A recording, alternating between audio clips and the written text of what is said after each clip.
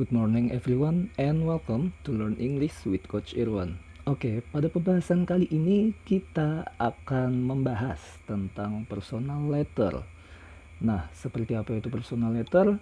Simak baik-baik berikut video ini ya. Oke, personal letter ya. Sebelum kita memulai pembahasan tentang personal letter, ada baiknya kita memahami tentang social function. Apa sih social functionnya?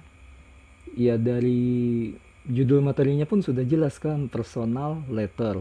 Berarti to tell someone about personal matter, untuk memberitahu seseorang tentang urusan pribadi. Ya, seperti itu. Oke. Terus selanjutnya apa lagi? Untuk selanjutnya ini ada type of personal letter.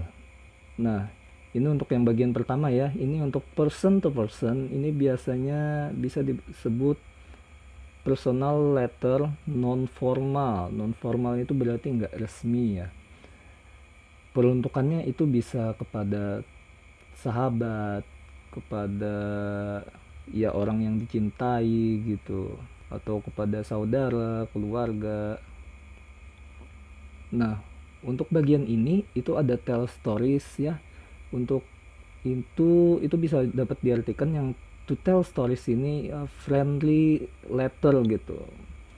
Nah, terus selanjutnya ada love letter. Tapi nggak tahu ya ini zaman kalian ini masih pakai tulis-tulisan tangan nggak nih? Oke, itu untuk selanjutnya ada congratulate. Nah, congratulate ini itu berisi tentang penyampaian, apa ya bilangnya, tentang penyampaian ucapan selamat gitu, kayak ucapan selamat ulang tahun, selamat masuk universitas ternama. Untuk selanjutnya itu ada condolence ya. Condolence ini bela sungkawa artinya. Untuk apology itu permintaan minta maaf.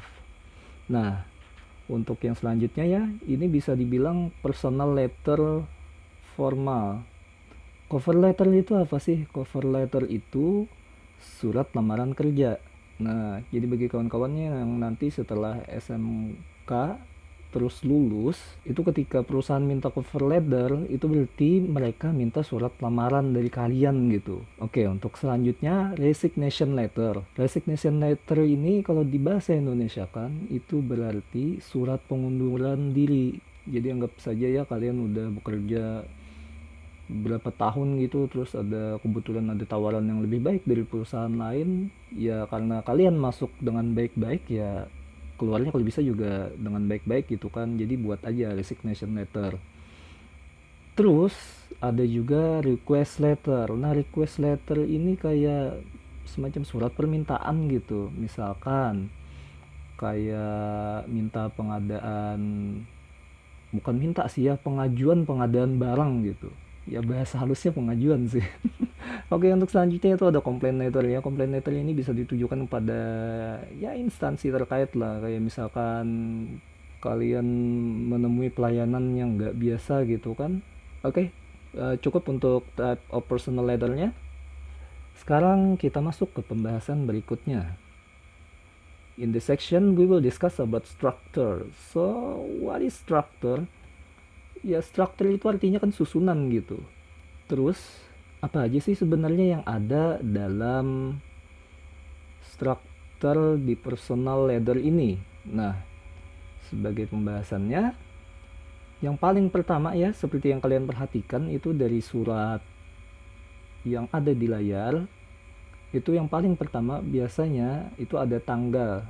Tanggal ini berarti menyatakan tanggal berapa surat itu ditulis gitu. Terus selain itu, sebelum tanggal itu biasanya disisipkan lokasi penulisan. Selanjutnya itu ada salutation. Salutation ini bisa diartikan sebagai salam hormatnya gitu kan, sebagai pembuka gitu. Nah, isian daripada surat tersebut itu bisa dikatakan body letter. Tapi tunggu dulu. Dalam body letter ini ada beberapa bagian yang bisa kita bahas lagi. Oke. Yang pertama ya, yang pertama itu introduction. Nah, introduction ini ya semacam basa-basi gitulah ya untuk pendahuluannya.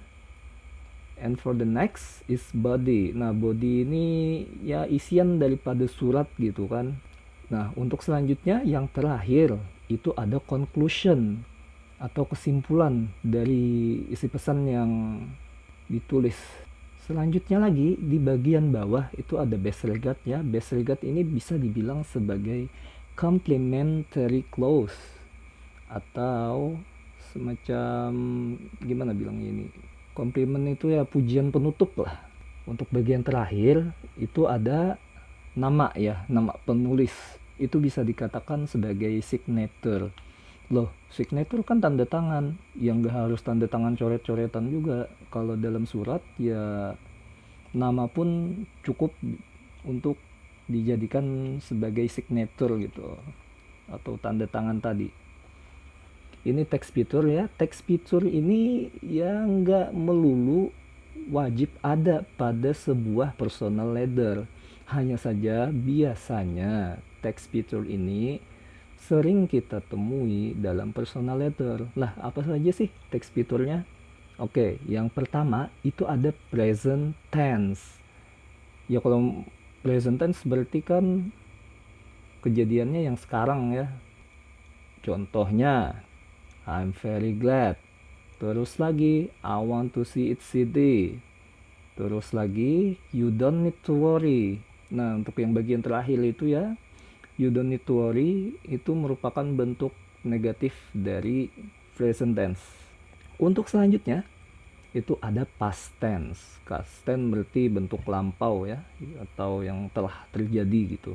Di suratnya itu ada contohnya ya, I was busy with our company. Was itu bentuk kedua daripada auxiliary verb atau to be gitu kan, karena bentuknya lampau gitu.